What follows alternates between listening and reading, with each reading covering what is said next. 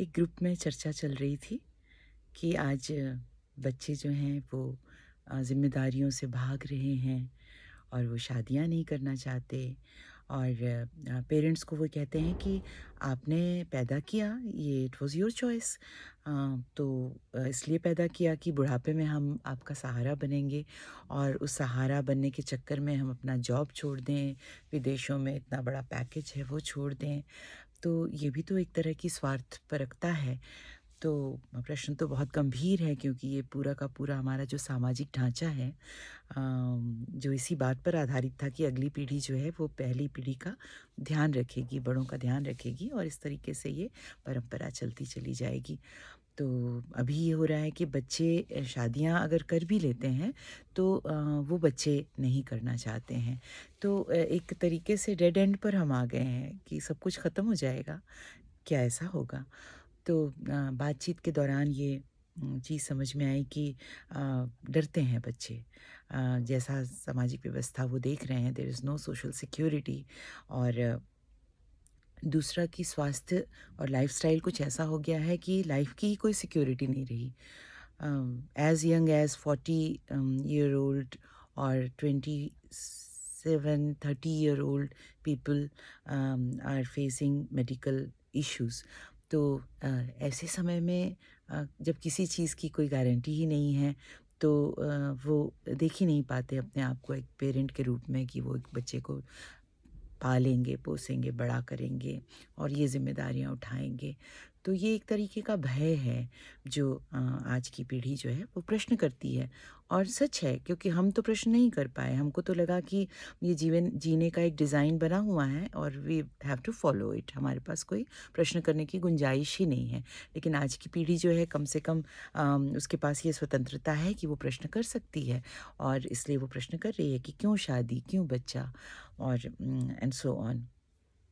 फिर ये भी बात होती है कि पहले समझ तो लें लाइफ को, पहले समझ तो आ जाए कि ये होने क्या वाला है, what is the calculation like. तो हेंस प्रूव्ड तक आने के पहले हमको कैलकुलेशंस करने होंगे, तो पहले समझते हैं। तो जीवन को समझने में ही 30-40 वर्ष लग जाते हैं और जीवन तो तब भी समझ में नहीं आता है। तो जीवन बहुत बड़ी चीज़ है।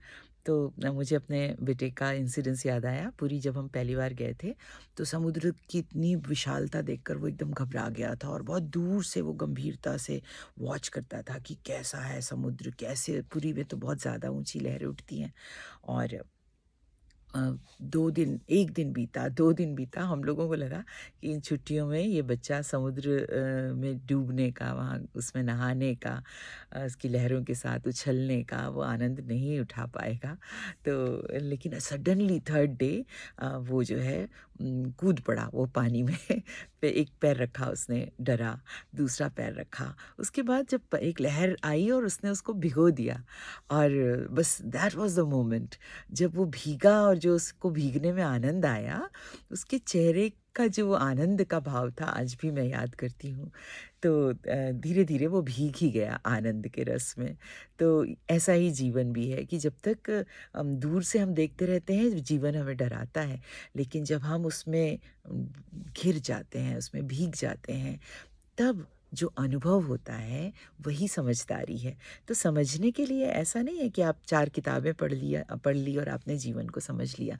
समझने के लिए, जीवन को समझने के लिए तो जीना पड़ेगा और जीने से जो अनुभव होंगे वही हमको समझ देगी। तो ये एक विशेष सर्कल है। इस सर्कल के भीतर घुसना ही पड़ेगा। इसमें हमको गोल-गोल चक्कर लगाने ही पड़ेंगे। अदरवाइज़ हम सीख नहीं पाएँगे, हम अनुभव नहीं कर पाएँगे। नो अनुभव मतलब नो सीख, नो समझदारी। तो बच्चों, मैं तो यही कहूँगी कि समझदार बनिए, लेकिन जीते-जीते समझदारी को एक्वायर कीजिए। ये नहीं कि हम पहले कहीं जाकर पूरी तरह से समझदार होंगे और तब हम जीवन समुद्र में कदम रखेंगे। वरना मेरे बेटे की तरह आपको टाइम लगेगा जीवन का आनंद लेने में, तो उस टाइम को कम कीजिए और जीवन का भरपूर आनंद लीजिए। वहीं से समझदारी आएगी, वहीं से सारी सीख आएगी। Happy living.